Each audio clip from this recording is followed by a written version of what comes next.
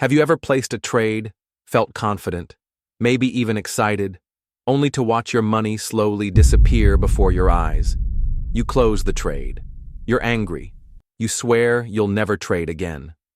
Then a few days later, you're back, staring at the charts, ready to make it back. You enter again, lose again, and the cycle repeats. Until finally, you quit. You think, maybe trading just isn't for me. But deep down, you wonder, how come other people are actually making money doing this? How come I'm stuck losing while they seem to win consistently? You're not alone. In fact, this exact cycle is what most traders go through. And in this video, I'll break down why most people fail at trading and what separates the ones who make it from the ones who never do. When most people start trading, they start with hope. They've watched a few YouTube videos. They've seen screenshots of profits, maybe some flashy lifestyles on Instagram. They think, if I just learn a few strategies, I'll be good. So they fund an account, and they start trading. At first, it looks easy. Maybe they win 1 or 2 trades, and that confidence skyrockets.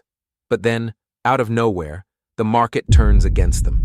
They lose one trade, then another, then another.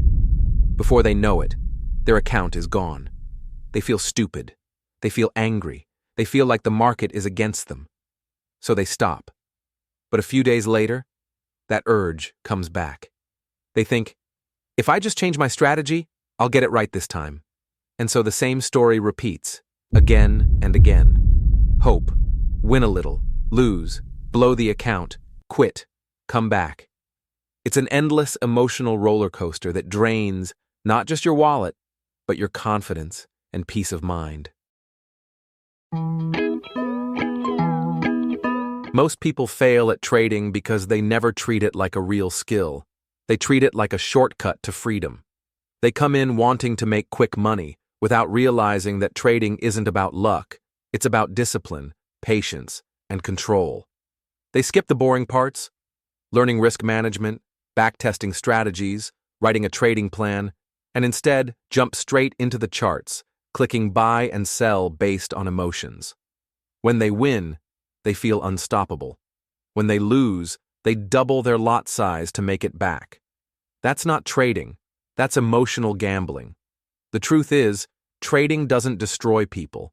People destroy themselves through greed, fear, and impatience.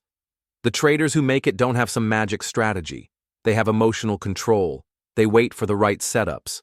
They know exactly how much they're willing to lose before they even enter a trade.